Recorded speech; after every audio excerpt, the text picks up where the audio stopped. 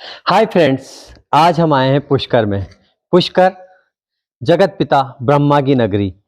दिखाएंगे आपको पुष्कर के वो रंग जिनके रंगों के लिए पहचाना जाता है पूरी दुनिया में पुष्कर।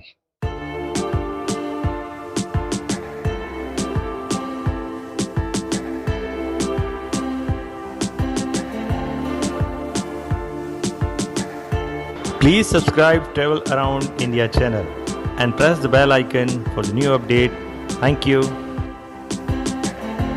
ये जगत पिता ब्रह्मा का सरोवर है। इसी सरोवर पर बैठ करके ब्रह्मा जी ने यज्ञ किया था।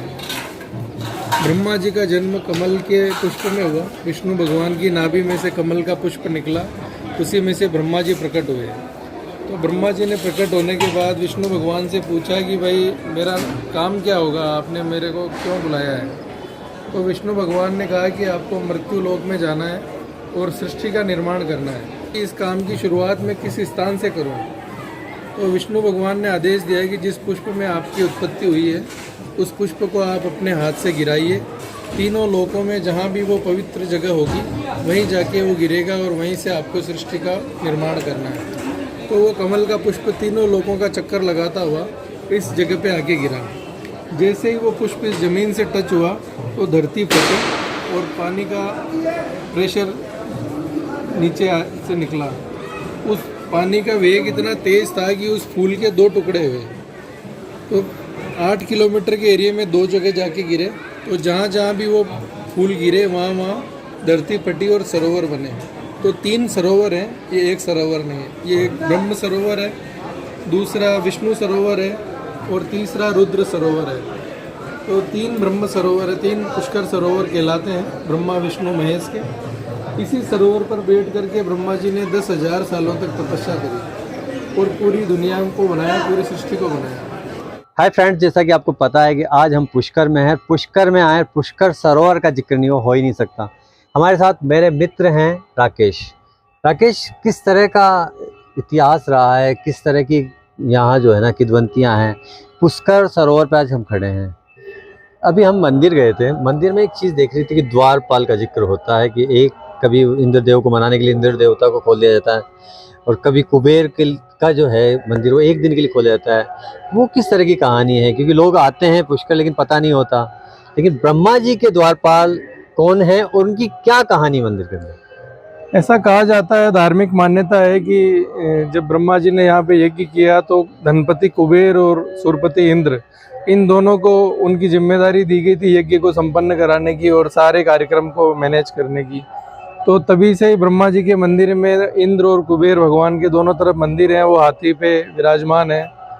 क्योंकि धनपति कुबेर धन के देवता हैं, तो जिस दिन धनतेरस होती है दिवाली के 2 दिन पहले, उस दिन एक दिन उनके पट खोले जाते हैं और उस दिन उनकी पूजा अर्चना होती है। सब लोग उनके दर्शन करते हैं और पूजा अर्चना करते हैं। वैसे ही जब बारिश का समय आता है और बारिश नहीं होती है तो फिर इंद्र के पट खोल के उनको मनाया जाता है, उनको रिझाया जाता है, उनकी पूजा अर्चना की जाती है, तब इंद्र के पट खोले जाते हैं। रोज महाआरती होती है। ये सामने जो आप देख रहे हैं ये ब्रह्म घाट है। ये ब्रह्मा जी का 52 घाट यहाँ पे सरोवर के चारों तरफ स्थित है। उनमें से प्रमुख घाट के रूप में जो 5 घाट है उनमें से ये एक ब्रह्म घाट है। वहाँ पे ये भी आरती चल रही है और सारे तीर्थ पुरोहित और जो भी श्रद्धालुगण आए हुए हैं वो यहाँ पे आरती में शामिल होकर। पूरे पुष्कर में सरोवर के चारों तरफ में 52 घाट हैं। जितने भी राजा महाराजा सेठ साहूकार लोग यहाँ पे आए, जिनकी इस जल से मनोकामना पूरी हुई, तो उन सब ने अपने अपने नाम के घाट बनवाए, मंदिर बनवाए, धर्मशालाएँ बनवाई।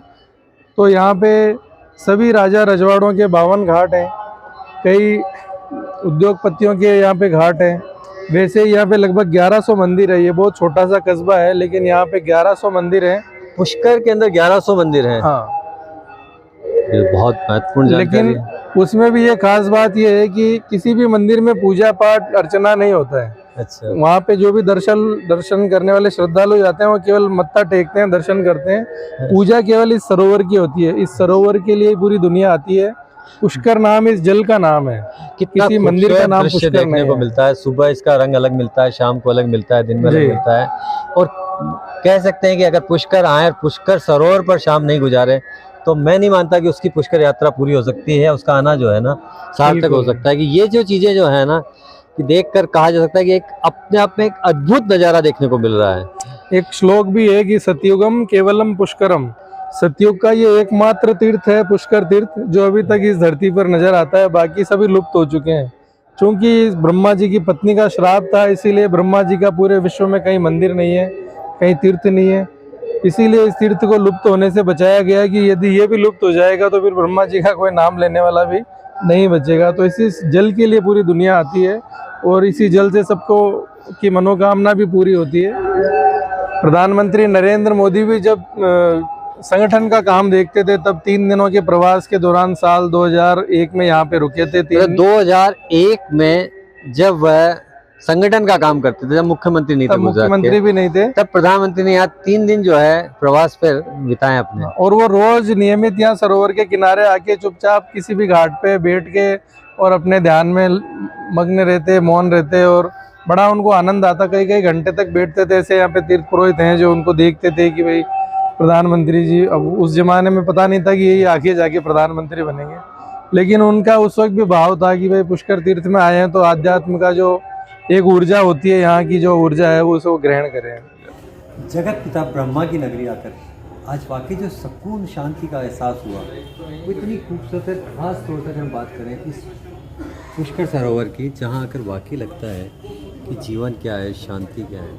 अब देखिए, अब सबसे जो महत्वपूर्ण बात है वो ये है कि इस पुष्कर सरोवर का रंग बदल रहा है। जी हाँ, पुष्कर सरोवर के बीच सेंटर के अंदर आपको एक अलग सी लाइन दिखेगी।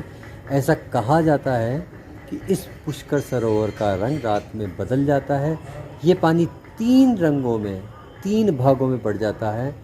मान्यता ये है कि यहाँ पर, इस जगह पर 3 नदियाँ, गुप्त नदियाँ बहती हैं। सबसे महत्वपूर्ण बात यही इस घाट की है, यहाँ इस सरोवर की पूजा होती है। वाकई Please subscribe Travel Around India channel and press the bell icon for the new updates.